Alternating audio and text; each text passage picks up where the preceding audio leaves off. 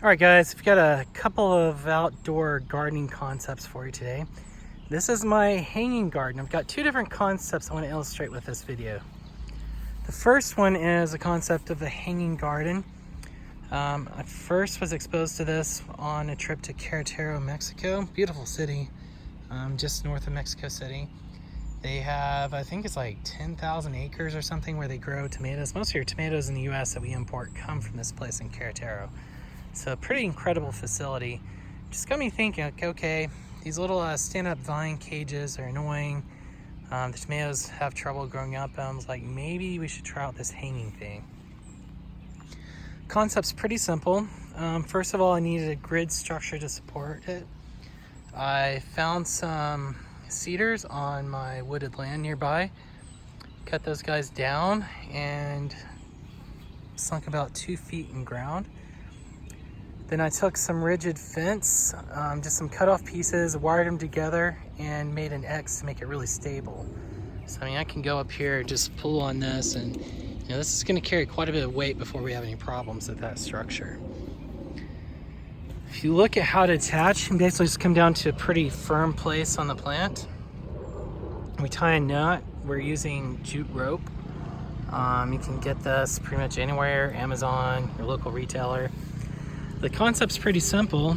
Once I tie it on there and the plant grows, I just gently work the string around the plant. And as I do this, it starts to support the weight of that plant.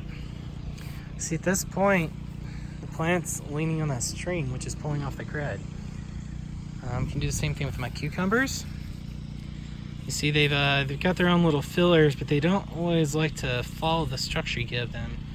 If you leave cucumbers unchecked, they're just going to sprawl across the ground or crawl up something you don't want. So here, every time my cucumber plant produces a new shoot, I just attach a new string. So I've got several different shoots. That's off of one plant right there. So pretty simple. Also put a few marigolds in there just to try to fight off pests that attract the tomato plants.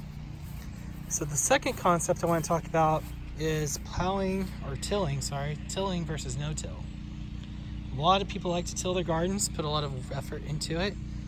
I researched this a little bit, and apparently whenever you till your soil, it basically kills all the microorganisms in the soil. Once they're exposed to air, it kills them. So all these dead microorganisms make your plants just pop year one, but then you basically deplete your soil for year two. So I've got a lot of trees on my property.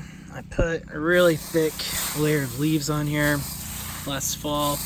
You just look in here, see, this is retained water. I haven't watered this in probably a day or two. So I've got a lot of water retention in here. Usually when I pull this back, I find several earthworms. There's one right there. Yeah, look at that soil, just lovely soil. There's 2 worms. I mean, sometimes I pull this back, there's like 10 worms. Really rich soil. Really easy. It's also a good suppressant of invasive species like Bermuda grass and other things like to pop in. I think my first week or so I had to pull a lot of grass, but once I got the shoots and went down and got the root, I haven't really had to do much maintenance on this in the last week. And you see the Bermuda's at bay, and everything looks pretty healthy. All right, thanks guys.